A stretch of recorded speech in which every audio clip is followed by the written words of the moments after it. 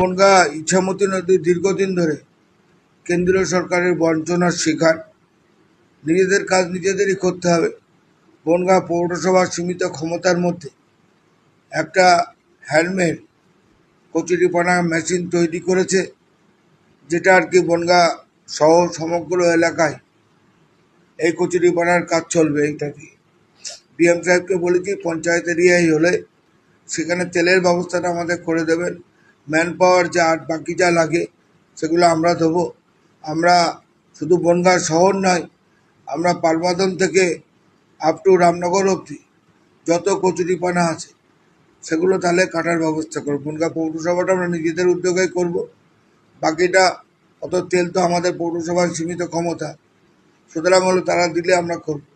সেই মেশিন পরিদর্শনে এসেছিলেন জেলাশাসক এবং এসপি সাহেব, আমাদের বনগাঁ জেলা পিডির সঙ্গে আরও আধিকারিকরা ছিলেন, তারা দেখে গেলেন।